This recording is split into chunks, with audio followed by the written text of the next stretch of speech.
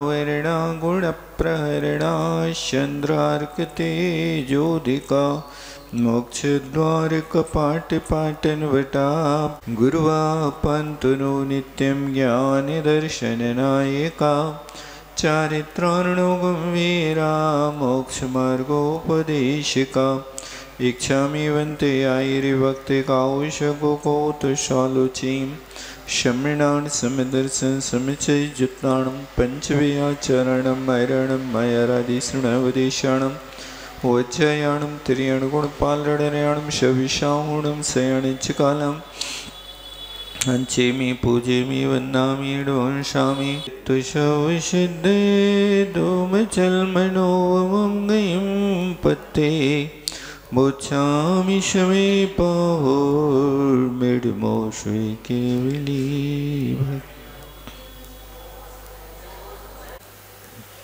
स्पष्ट रूप से इस बात का ध्यान रखना। देखो, आचार्य महाराज जयसेन स्वामी ने पृष्ठ नंबर 342 तीसरी लाइन पर लिखा है कि वीतराग परमात्म तत्व से भिन्न रागादि रूप अध्यवसाय से बंध होता ही है। यहाँ पर बंध और अबंध वीतराग चारित्र जिनके पास है वे बंध से रहित हैं, और वीतराग चारित्र के नीचे सराग चारित्र की भूमिका है अथवा संयमा संयम है या सम्यक दृष्टि है। इन स्थानों पर बंध होता मिथ्या दृष्टि जीव तो पाप का ही बंध करता है, लेकिन यहाँ पर इन स्थानों पर स्पष्ट किया। बार बार लोग इस चीज़ को भूल जाते हैं कि यहाँ किसके लिए बंद कहा जा रहा है। इसलिए जयसेन स्वामी की टीका को अच्छी तरह से देख लो। तीसरी लाइन में स्पष्ट लिखा कि वीतराग परमात्म तत्व से यदि तुम बाहर रहोगे तो नियम से रागादि के परिणाम होंगे, और वो रागादि परिणाम अध्यवसाय की कोटि में आएगा और वो अध्यवसाय से बंधो होगा। कहते वस्तुना सकाशात् बंधो कथम न भवति इति चेत। कहते वस्तु के साथ बंध क्यों नहीं होता है। देखो, यहाँ ये प्रश्न किया। सकाशात् का अर्थ पंचमी विभक्ति के अर्थ में से अर्थ के लिए लिया जाता है। इसलिए वस्तुना सकाशात् यानी वस्तु के होने पर बंधो कथम न भवति, बंध क्यों नहीं होता है। इति चेत, ऐसा तुम्हारा प्रश्न है तो कहते हैं अन्वय व्यतिरेकाभ्याम व्यभिचारात्। यहाँ पर अन्वय और व्यतिरेक, अन्वय का अर्थ जो होता है, जो साथ साथ में होता है उसको अन्वय कहते हैं, और जो साथ में नहीं होता, जिसका कभी साथ होता है कभी जिसका साथ छूट जाता है, उसका नाम व्यतिरेक हुआ करता है।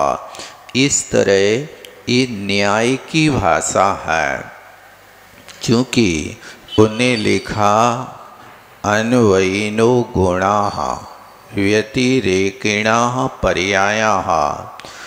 गुण अन्वयी होते हैं। आत्मा के गुण कभी भी छूटते नहीं हैं।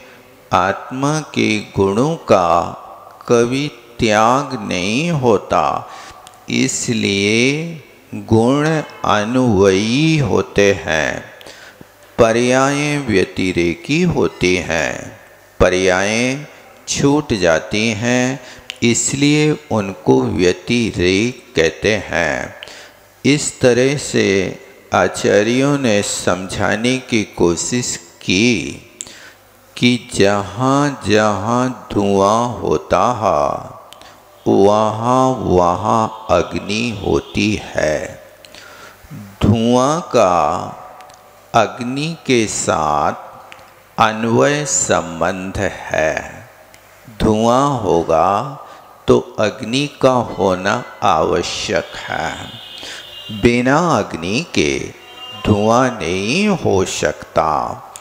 लेकिन जहाँ जहाँ अग्नि है वहाँ धुआं हो भी सकता और नहीं भी हो सकता। इसका नाम व्यतिरेक होता है, क्योंकि धुआं अग्नि का स्वभाव नहीं है। धुआं अग्नि का विभाव है, क्योंकि धुआं कहाँ से आया है? अग्नि से नहीं आया। धुआं की उत्पत्ति आर्द्र ईंधनात् गीले ईंधन से होती है। जहाँ लकड़ी गीली होवे उस गीली लकड़ी में आग लगाएं तो उसमें से धुआं की उत्पत्ति होती है। जहाँ पर शुष्क ईंधन होता है वहाँ पर धुआं का नियम नहीं रहता है। इसलिए धुआं का अग्नि के साथ व्यतिरेकी संबंध है। लेकिन धुआं जहाँ होगा वहाँ अग्नि होगी ही होगी, ये अन्वयी है। लेकिन अग्नि के होने पर धुआं अन्वयी नहीं, व्यतिरेकी है। इस तरह जहाँ जहाँ श्वासोच्छ्वास है वहाँ वहाँ जीव है। ये इस तरह से अन्वयी संबंध है। लेकिन एकांत नहीं पकड़ना। बिना श्वासोच्छ्वास के भी जीव होता है। कुछ ऐसी अवस्थाएं होती हैं कि जहाँ जीव तो है लेकिन श्वासोच्छ्वास नहीं है। विग्रह गति में जीव तो होता, श्वासोच्छ्वास नहीं होता। सिद्ध परमात्मा जीव तो है लेकिन श्वासोच्छ्वास की व्यवस्था नहीं होती है। इस तरह से यहाँ पर एक अन्वय और व्यतिरेक संबंध है कि जहाँ जहाँ परिग्रह है उस परिग्रह के साथ बाहरी वस्तु के साथ अध्यवसाय है, वहाँ वहाँ बंध होता ही है। उसके बिना रह नहीं सकते। लेकिन जीव के साथ जहाँ जहाँ बीतराग भाव है, बीतराग चारित्र है, वहाँ जीव को बंध नहीं होता। ऐसे दोनों तरीकों से जोड़ना, एक पक्ष नहीं पकड़ना। जो न्याय की भाषा को समझ लेता है उसको अन्वय और व्यतिरेक का ज्ञान हो जाता है। कौन से स्थान पर आपके लिए अन्वय रखना और कहाँ व्यतिरेक रखना। आपसे पूछे कोई के साइकिल चलाने के लिए पेडल लगाना अन्वय है कि व्यतिरेक है? क्या है बताओ?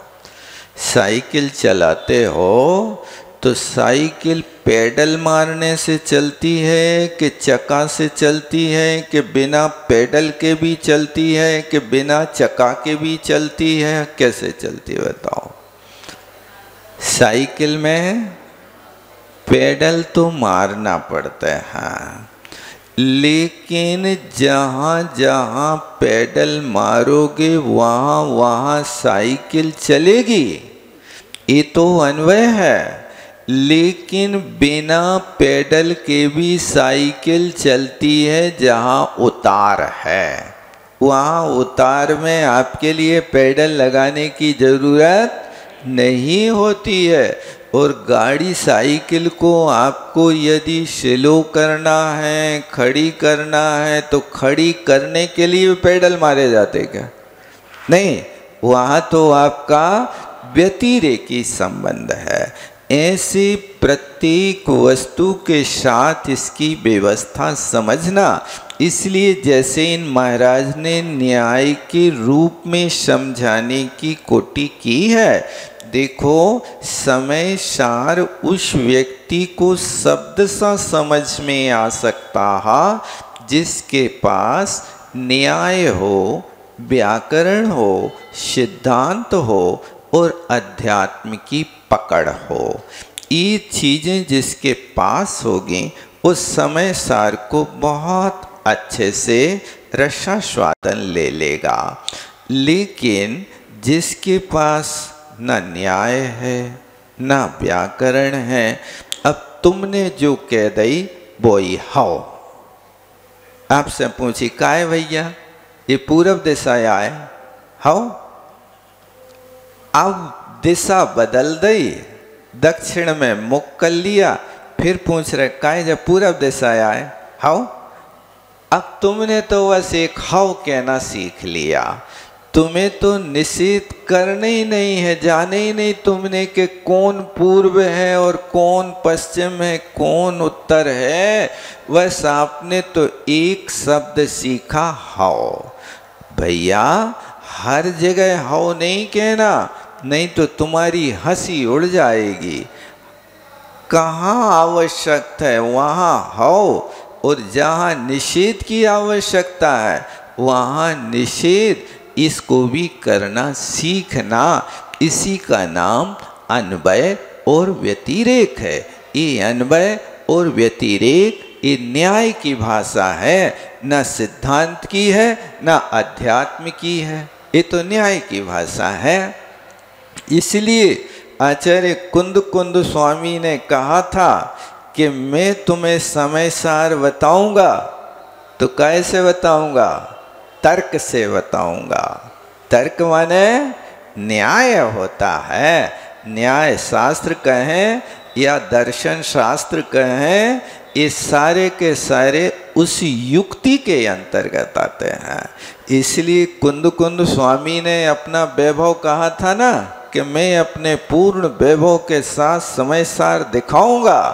तो बताओ तुम्हारा वैभव क्या है, हमें खोल के तो दिखाओ। तो उनने क्या कहा था? आगम से, गुरु परंपरा से, तर्क से और सुसंवेदन करके। ये चार चीजें कुंद कुंद स्वामी का वैभव है। इसलिए उस वैभव को पकड़ना है तो तुम्हें भी ये चार चीजों का ज्ञान होना चाहिए। आगम के परिप्रेक्ष्य में हठाग्रह ना हो और तर्क शास्त्र के विषय में भी अच्छी तरह से तर्क के विषय को समझने वाला हो। सामने वाला उसी बात को कह रहा है, उसी बात को तुम कह रहे हो। सांख्य मत वाला भी कह रहा वस्तु नित्य है, जैन मत भी कह रहा वस्तु नित्य है। उसका सांख्य मत का नित्य और जैनियों के नित्य को यदि मिला लेवे तो क्या सांख्य जैनी हो जाएंगे? क्यों? तर्क शास्त्र को पढ़ो, उनके यहाँ वस्तु नित्य तो है लेकिन अनित्य की व्यवस्था ही नहीं। उनके यहाँ पर्याय नित्य है, द्रव्य की कोई व्यवस्था है ही नहीं। जबकि अपने यहाँ द्रव्य नित्य है, पर्याय अनित्य है। हम जब भी नित्य का कथन करेंगे तो द्रव्यार्थिक नय से करेंगे, और जब अनित्य का वर्णन करेंगे तो पर्यायार्थिक नय से करेंगे। अब दोनों के नित्य में अंतर समझा। वो सांख्य मत वाला पर्याय को नित्य मान रहा है और जैन सिद्धांत द्रव्य को नित्य मान रहा। यानी धरती और आकाश का अंतर पड़ गया, जमीन आसमान का अंतर, यहाँ पर दृष्टि में अंतर आ गया। क्योंकि जो अकेले पर्याय को नित्य मानेगा उसके यहाँ द्रव्य की पकड़ हो ही नहीं पा रही, द्रव्य को वो पकड़ ही नहीं पाया कि द्रव्य भी कोई वस्तु है। जबकि अपने लिए अकेले तुम द्रव्य को छोड़ करके और पर्याय में उलझते हो तो कुंद कुंद स्वामी कहते हैं पज्जय मूढ़ा ही पर समया। तुम यदि पर्याय में अटक गए तो तुम मिथ्या दृष्टि हो गए। तो नहीं, पर्याय को तो समझना, पर्याय को नहीं समझोगे तो भी मूढ़ रहोगे। क्यों? क्योंकि पर्याय को छोड़ के द्रव्य नहीं होती और द्रव्य को छोड़ के पर्याय नहीं होती। पज्जय बिजदम दब्बम दब्य विजुत्ताय पज्यम नत्थि। द्रव्य को छोड़ के पर्याय नहीं होती और पर्याय को छोड़ के द्रव्य नहीं होती। ये दोनों चीजें तुम्हें अन्वय व्यतिरेक के माध्यम से समझना, इसी का नाम तर्क है। और तर्क को दूसरी भाषा में युक्ति से कह देते हैं। जो चीज आप स्वयं नहीं कर पा रहे, किन्हीं कारणों से कर लेते, वो युक्ति से काम कर लेते हो। इस तरह यहाँ पर बहुत स्थानों पर युक्ति काम में आती। जहाँ पर आगम काम नहीं करता वहाँ युक्ति काम करती है। अब देखो, माघ नंदी महाराज जिनने वर्षों वर्षों स्वाध्याय किया और तत्व के प्रेमी, और कहते हैं कि वे 11 यंग के पाठी थे। इतना विशाल आगम का धारी व्यक्ति भी, और कर्म का जब तीव्र तूफान आया तो आगम काम नहीं कर पाया और भटक गए। अब ऐसे आगमग भटकी हुई आत्मा को तुम आगम से नहीं समझा सकते। गुरु जी ने युक्ति निकाली है। क्या युक्ति निकाली? जिनका शिष्य अंग पूर्व का पाठी हो गए, उनका गुरु के अंग का ज्ञाता नहीं होगा? बताओ आप। उनका गुरु भी तो उस अंग का पाठी होगा। लेकिन तत्व अभ्यास के दौरान वहां पर कोई प्रसंग छिड़ गया। आचार्य महाराज ने सोचा अब अवसर है, रुक जाओ, अपन उत्तर ना दो, उस व्यक्ति से उत्तर पकड़ो तो वो व्यक्ति उत्तर भी देगा और अपनी पर्याय भी संभाल लेगा, अपना जीवन भी संभाल लेगा और अपने चारित्र को भी संभाल लेगा। देखो, ये गुरु की दूरदृष्टि होती है। रुक जाओ। इस प्रश्न का उत्तर ये नहीं कहा मैं नहीं जानता, नहीं तो फिर अनेहवाचार का पालन नहीं होगा। उनने ये कहा कि इस प्रश्न का उत्तर तो माघ नंदी देगा। इस शब्द को सुन करके कानाफूसी होने लगी। क्या कह रहे? भ्रष्ट के पास कौन जाएगा? देखने लायक नहीं सकल जिसके। लेकिन गुरु आज्ञा उल्लंघनीय, गुरु की आज्ञा उल्लंघनीय नहीं है। शिष्यगण मुंह तो छिपाने लगे कि महाराज हमसे नहीं कह रहे कि तुम चले जाओ।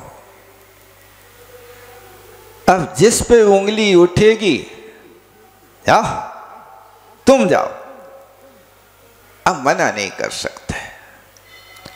और महाराज ने भेज दिया, जाओ तुम पूछ के आओ। और वे वहां जाते हैं। आज्ञा लेकर के, और वहाँ तो चक्का घूम रहा था, मिट्टी सनी पड़ी थी, लठिया उठावे वाले थे, प्रच्छक को मारने के लिए नहीं, चक्का घुमाने के लिए लाठी उठा ली थी। और सामने से महाराज आ गए, भौचक के रह गए। अरे महाराज, यही तो है जिन मुद्रा को देख करके अपना स्वरूप याद आ जाना, यही तो भूली हुई दशा है। धन्य है एक छतरी वाले को देख करके अपनी भूली हुई छतरी का याद आ जाना। अरे छतरी तो मैं भी लाया था, दुकान पे भूल गया। उस सामने वाले की छतरी ने तुम्हें ज्ञान दिया कि तुम्हारे भूले हुए ज्ञान को पुनः लौटा दिया। इसी का नाम तो स्मृति है, इसी का नाम तो प्रत्यभिज्ञान है। सामने वाले छाता को देख करके अपने छाते का स्मरण आ गया, सामने जिन मुद्रा को देख करके अपने स्वरूप का भान हो गया, यही तो मेरा स्वरूप है, मैं कहाँ उलझ गया। धन्य है महाराज आप पधारे, मैं तो जिन मुद्रा का भूल ही गया। भगवान आज्ञा। गुरु ने ये प्रश्न पूछा है, ये नहीं कहा हम पूछ रहे तुमसे, हम तो पूछते नहीं, तुम्हें शकल नहीं देखते तुम्हारी, लेकिन गुरु की आज्ञा है चलो। अच्छा, क्या मुनियों की सभा में मेरा नाम आज भी लिया जाता है? महाराज कहते हैं ज्ञान तो हमेशा पूज्य होता है। सोना तो विष्ठा में भी पड़ा होवे तो शुद्ध होता है। वो क्या है? ग्राह्यम अमित मध्य, अमित के अंतर पड़ा हुआ सोना भी ग्रहण करने योग्य है। और दुश्मन के पास भी यदि सदाचार है तो सीखने के योग्य है। यदि तुम्हारा दुश्मन है लेकिन सदाचारी है, आचरण युक्त है, बहुत व्यवहार कुशल है, तो उससे भी तुम आचरण सीख सकते हो। ये गुरु के वचन है। भगवान अब यहां समय खराब नहीं करो, वहीं चलो और वहीं मिट्टी के हाथ धोए के नहीं धोए पता नहीं, केवली भगवान जाना है। वही वहां लाठी पटकी और जो पीछी कमंडल टांग के रखे थे पेड़ पर उनको उठाए। अब नहीं कही उनने जाकर के उस कुमारन से कि हे देवी आज्ञा दे दो, अब मैं दीक्षा लेने जा रहा हूं। प्रवचन सार के चरणानुयोग चुलका में कहा ना उनने, हे शरीर की रमणी आज्ञा प्रदान करो। अब नहीं कहा, बाहर के बाहर। और उनने ये भी नहीं कहा कि थोड़ी ताले की चाबी तो लगा दो, व्यवस्था तो बना दूं, समझा तो दूं। नहीं, उसी स्थान से गए भाव विभोर। ऐसा लग रहा जैसे कोई साक्षात रस्सा से खींच करके मुझे वहां ले जा रहा। अति विशुद्धि स्थान। और जाकर के गुरु चरणों में लौट गए, भगवान मेरा अपराध क्षमा हो। और संसार से पार उतारने वाली दिगंबरी दीक्षा प्रदान कर। अरे तुमसे तो प्रश्न पूछा था, दीक्षा की बात कहां आ गई? भगवान मैं जानता हूं, तुम सब कुछ जानते हो, छद्मस्त होकर के भी सर्वज्ञ हो, श्रुत केवली हो। ये प्रश्न आपने मेरे लिए उत्तर पाने के लिए नहीं, ये प्रश्न तो आपने मेरा उद्धार करने के लिए भेजा था। गुरु भी समझ गए कि निकट भव्य, और गुरु ने पुनः स्थितिकरण कर दिया। आगम नहीं पढ़ाया, समय सार नहीं पढ़ाया, इस पढ़े हुए को नहीं, इसके लिए आवश्यकता समय सार की नहीं, इसको तो युक्ति की जरूरत है। और वारी से उन माघनंदी महाराज को आगम से नहीं, युक्ति के माध्यम से स्थितिकरण किया। ये सीख लो आप भी कि आपके उपदेश से आपका परिवार न सुधरे, स्थितिकरण ना होवे, तो युक्ति सीख लो, और युक्ति सीख करके परिवार को उपदेश देते न बैठे रहो। और कभी कभी जब उपदेश सामने नहीं मानता सामने वाला, तो उपदेश के स्थान पे फिर गालियां चालू हो जाती हैं, नहीं हो जाती? यही दशा होती है।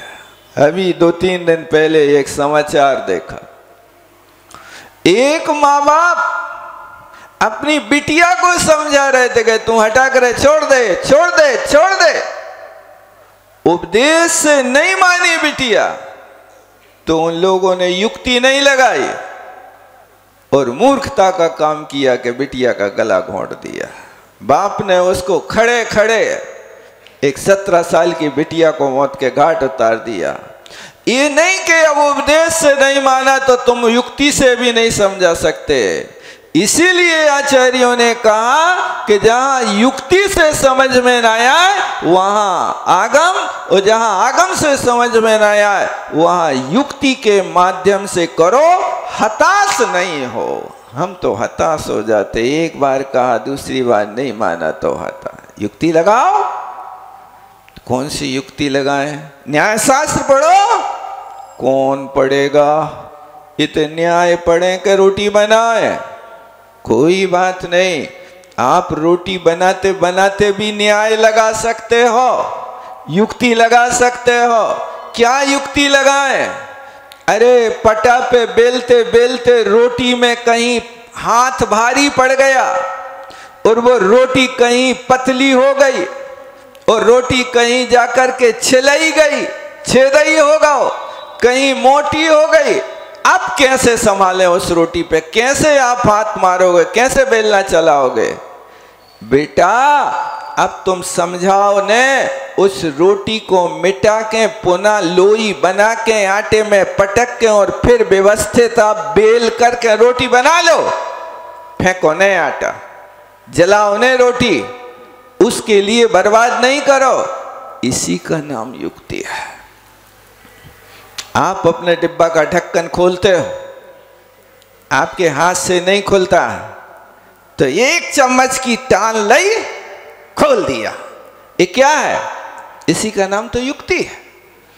ये जहां पर ज्ञान काम नहीं कर रहा वहां युक्ति से काम किया जाता है। इसी का नाम अन्वय और व्यतिरेक है। ये बहुत अच्छी बात है। लेकिन अब कईयों ने कि महाराज अब न्याय और पढ़ाई दो, नहीं तो लोग अभी कहें प्रमेय कौल मार्तंड पढ़ा दो महाराज। अभी तो पहले आप सिर्फ इतना सीखो कि इसके लिए भी जरूरत है, न्याय की भी है, व्याकरण की भी है, सिद्धांत की भी है, और सुसंवेदन की भी है, और गुरु की परंपरा के उपदेश की भी है। आपने आगम पढ़ लिया लेकिन गुरु के उपदेश को नहीं माना तो आप ज्ञानी तो बन जाओ, अनुभवी नहीं बन सकते हो। ज्ञान पुस्तकों से आता है लेकिन विवेक सत्समागम से आता है। आप ज्ञान पुस्तकों से कर सकते हो, विवेक तो किसी ज्ञानी के निकट में, अनुभवी के निकट में रह कर के ही सीखना पड़ेगा। अन्यथा तुम विवेकहीन रहोगे, और विवेकहीन होकर के व्यक्ति कितना बड़ा ज्ञानी हो जाए सफलता नहीं पा सकता है। इसलिए ये बात हमेशा ध्यान रखो। अन्वय व्यतिरेक आया यहाँ पर, इसलिए मैंने आपको इतनी लंबी कथा सुना दी। देखो आगे लिखते हैं, तथा ही जैसेन महाराज वाही वस्तुनि सती निमेन बंधो भवती ती अन्वयो नास्ति। देखो वहाँ तो कहा था कि अध्यवसान से बंध होता है, बाह्य वस्तु से नहीं होता। दूसरी जगह कहा कि अन्वय व्यतिरेक लगाना एकांत नहीं है कि अध्यवसान से ही होता, बाह्य वस्तु से भी अध्यवसान होकर के बंध होता है। ये डायरेक्ट और इनडायरेक्ट दोनों चीज़ों के साथ में घटित करना है। यहाँ पर बाह्य वस्तु डायरेक्ट बंध का कारण नहीं है, लेकिन इनडायरेक्ट बंध का कारण है, क्योंकि वो बाहरी वस्तु देखी, उस बाहरी वस्तु से मूर्छा जागी, मूर्छा जागी तो मूर्छा ने बंद करा दिया।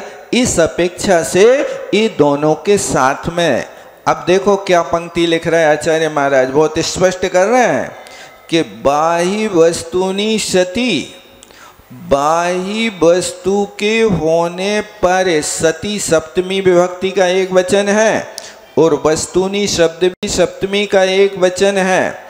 बाह्य वस्तु के होने पर ये आधार बनाया।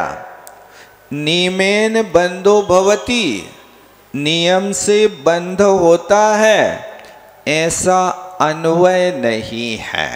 अन्वय माने एकांत नियम नहीं है कि बंध होता ही है। तददावे बंधो ना भवती थी व्यतिरेकोपि नास्ति। कहते उस बाह्य वस्तु के अभाव होने पर बंध नहीं होता, ऐसा व्यतिरेक नियम भी नहीं है। कई चीज़ें ऐसी हैं कि जो नहीं है, जैसे मान लीजिए आपके पास तो 10 प्रकार का बाह्य परिग्रह है, वो बंध का कारण है, लेकिन गैया के पास 10 प्रकार के परिग्रह में बताओ कौन सा परिग्रह है? गैया को अपना निजी घर है कि नहीं है? हैं? रोड पे घूमती रहती बेचारी, तुमने पकड़ लिया, दूध देने लगी तो ठीक है, नहीं तो जाओ बेटा जंगल में। अभी गांव की गैया, जंगल की गैया को घर हुई है कि नहीं हुई है बताओ? उसके नाम से, गैया के नाम से कोई खेत हुई है 1-2 ठोले के नहीं, 2-4 एकड़ के? कुत्तों के नाम तो कराते हैं लोग, आज हमने सुना अपनी संपत्ति कुत्तों के नाम कर रहे हैं। अब क्षेत्र वास्तु नहीं है। अब गैया हो, चैन पैरात हो तो सोने की के लोहे की? लोहे की के रस्सा की? काय की हो तो बताओ? उसके पास उस सोने की चैन बंधन का कारण है, अपनी स्वतंत्रता छीनने का कारण है कि आनंद का कारण है? तुम गले में सोन चैन डाल लो 150 ग्राम की, तो कॉलर बाहर करके निकला, सीना तान के निकला, देखो देखा हम सोने वाले। हाओ गैया के सामने जाओ, सोने की 10 तोला की सोने की चैन पहन के, और बढ़िया घास लेकर के जाओ, और वो के सामने आप कहो देख गैया हम सोने की चैन पहने, तो गैया तुम्हारे सोने की चैन देखे कि वो तुम्हारे हरे हरे घास के लिए लपक है? बताओ किसके लिए? क्या लेना देना तुम्हारी दुनिया से? चाहे तुम सोने को पहनो, चाहे हीरा को पहनो, चाहे विदेशी सोना उसको पहनो, इससे कोई लेना देना नहीं। गैया को तो घास से मतलब है। ये तुम्हारे लिए सोने की कीमत हो गई, अन्यथा सोने भी पृथ्वी है। 36 प्रकार के पृथ्वी कायिक जीवों की गणना बताई आगम में मूलाचार में। उन 36 प्रकार के जीवों में सोना भी पृथ्वी है, चांदी भी पृथ्वी है, लोहा भी पृथ्वी है। ये पृथ्वी को छाती से लगा के रख रहे हैं, और उसके लाने अच्छी मूर्छा बड़ा बड़ा करके गाड़ गाड़ के रख रहे हैं। पैसा होते तो 1 तोला सोने की चैन ले लो भैया। यही तो है, तुम्हारी चैन कौन छीन रहा है? चैन छीन रही है कि चैनल छीन रहे हैं? बताओ। ये दोनों चीजें हैं।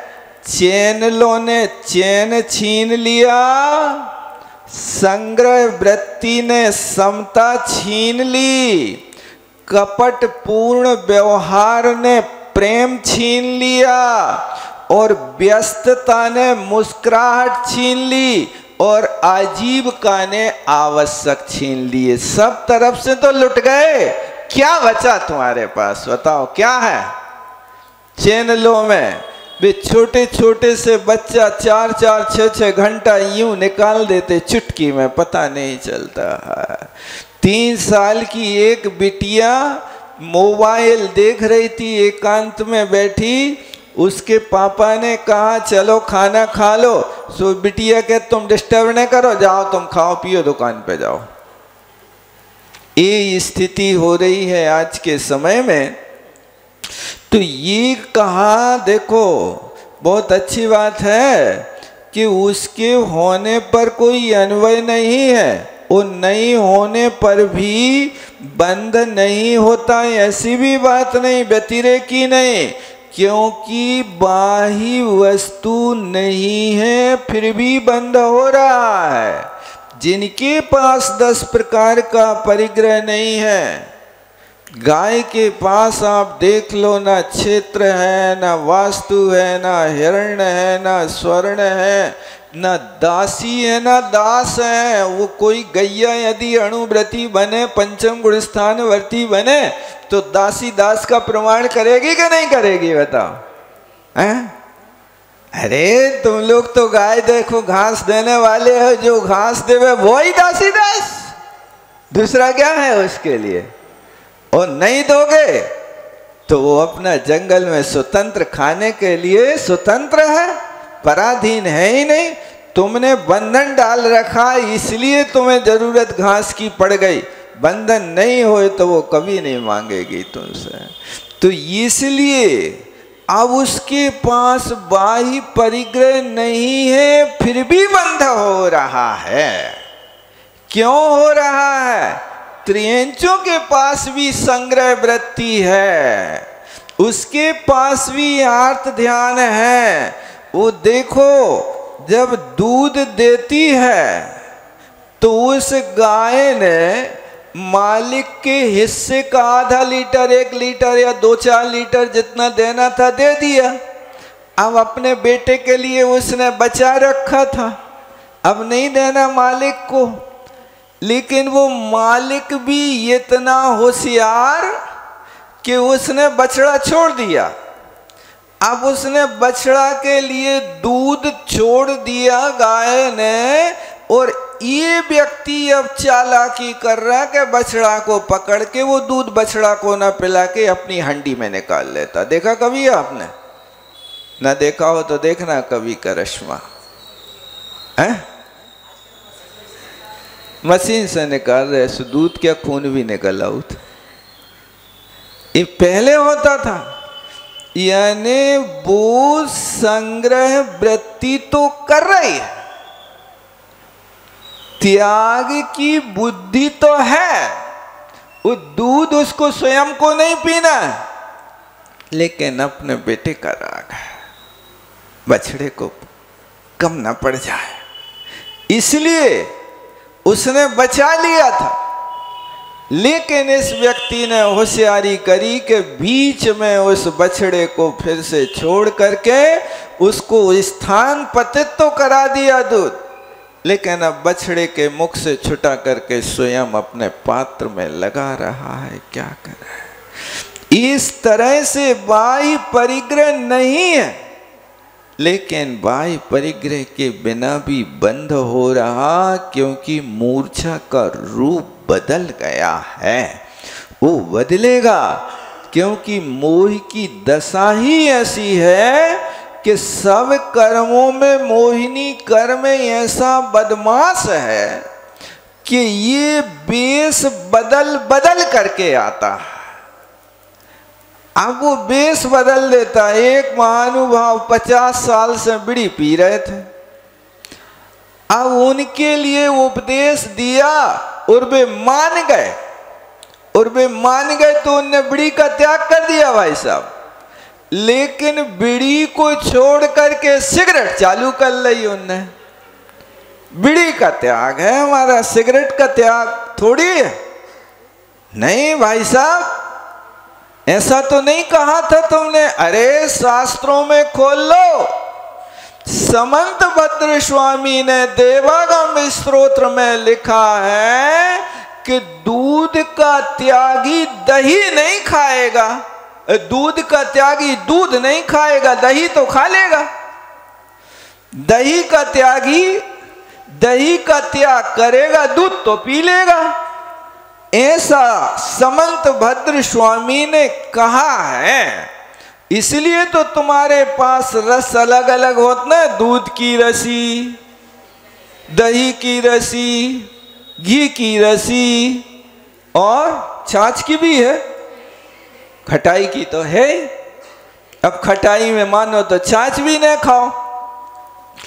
तो ये यहां पर उसने ये तर्क दिया कि जब यहां पर समंत भद्र महाराज लिख सकते हैं कि दूध का त्यागी दही खा सकता, तो हम भी नियम बना सकते, बीड़ी के त्याग से सिगरेट पी सकते हैं। मैंने कहा यार ये तो बहुत बड़ा त्यागी है, ज्ञानी तो है, समंत भद्र स्वामी से हाथ मिला के आया है, इसको क्या समझाए। लेकिन फिर भी ये छल तो है। उसने कहा महाराज तुमने बीड़ी की बात करी थी, तुम धूम्रपान की बात करते तो हम पूरा त्याग कर देते। तूने धूम्रपान की बात नहीं करी थी, बीड़ी का नाम लिया, इसलिए बीड़ी का त्याग है, आप सिगरेट के लिए बोल नहीं सकते हो। हम भी चुप हो गए, भैया बात तो युक्ति से कह रहा है, लेकिन देख लेना तुमने यहाँ पर ये सिर्फ एक खट्टी वस्तु को छोड़ करके अब तुमने जहर को स्वीकार कर लिया है। ये तुम्हें जो कहना सो कहते रहो। ऐसे भी लोग बुद्धि तो रखते हैं। समंत भद्र स्वामी के देवागम स्तोत्र के पाठी हैं, लेकिन व्यसनों में ऐसी लत पड़ी है। अब आप विचार करो कि ऐसे लोगों को कौन समझाएगा। इसीलिए आचार्यों को कहना पड़ा, भैया समझाने में है नहीं, है समझे में सार। समझाने वाले कई बड़े बीच मझधार, इसलिए समझाओ ने, बस समझ जाओ। तुम्हारे समझने से सामने वाले को समझ में आए तो वो रास्ता पकड़ ले तो भला है, अन्यथा माथा पूड़ी बहुत होगी। बहुत मुश्किल है आज के समय में। बस अपना काम करते जाओ। ऐसा होता, एक बार की बात है कि चिरौंजिया बाई के साथ में वर्णी जी रहते थे। तो वर्णी जी कमरे में बैठ के शास्त्र पढ़ते थे। तो चिरौंजिया बाई ने कही कि भैया तुम घर में बैठे शास्त्र पढ़त हो, मंदिर में बचन का कर लिया करो, सो 10-20 लोग और सुन ले। तो बाई जी ने कहा, तो वर्णी जी ने कहा कि ठीक है, हमें तो अपना विषय तैयार करना है, इसलिए हम रट लेते हैं, पढ़ लेते हैं, लेकिन आप कह रही हो तो हम मंदिर में बैठ के पढ़ लेंगे। अब वे गए और मंदिर में तो आए। वो जमाने की बात है, बहुत पुराना जमाना था, जब आचार्य भगवान का अवतरण, यानी कहना चाहिए प्रभाव इतना नहीं फैल पाया होगा, क्योंकि वर्णी जी तो उस समय 1956 में उनकी सल्लेख नहीं हो गई थी, और चैश्री तो 1968 में आए। तो उसके पहले की घटना है, 1936 के आसपास की। तो उस समय वर्णी जी शास्त्र पढ़ने लगे मंदिर में जाके। सो अब सारे के सारे 10-20 बूढ़े तो लोग आते थे, कोई जवान तो आते नहीं थे। अब दिन भर खेत में हल चलाएं अब शाम को आए सो सब मंदिर में बैठ तो जाएं, लेकिन सब एक दूसरे को सिर टकराएं, यानी सोवे वहाँ जा कर के। अब वर्णी जी बार बार कहें, हाँ भैया भागचंद जी सुन रहे ना, फूलचंद जी सुन रहे ना, अब वे जगाएं सो हाँ हाँ बहुत मजा आ गया, ठीक ठीक ठीक। अब इस तरह से 2 4 8 दिन तो पढ़ा उनने, लेकिन देखा कि भैया श्रोता कम है और श्रोता ज्यादा है। क्या? श्रोता कम और श्रोता ज्यादा है। इसलिए वर्णी जी को रोज रोज की टोका टाकी अच्छी नहीं लगी, तो उन्होंने बाई जी से कहा कि बाई जी हमारा मन नहीं लगा था, हम नहीं पढ़े हैं, अब तो मंदिर में बैठ के घर में ही बैठ के पढ़े हैं। ये सब सोते रहते बूढ़े ठेले लोग हैं और दिन भर घर में हल चलाते हैं, आके थक जाते हैं, उनको रहने दो बाई जी, सब सोने वाले हैं, कौन को समझाए। तो बाई जी ने एक अच्छो युक्तिपूर्ण उत्तर दिया। बाई जी ने कहा, भैया तुम सारे कुआं को पानी छान ले हो तो जिमानी कहाँ डाल हो?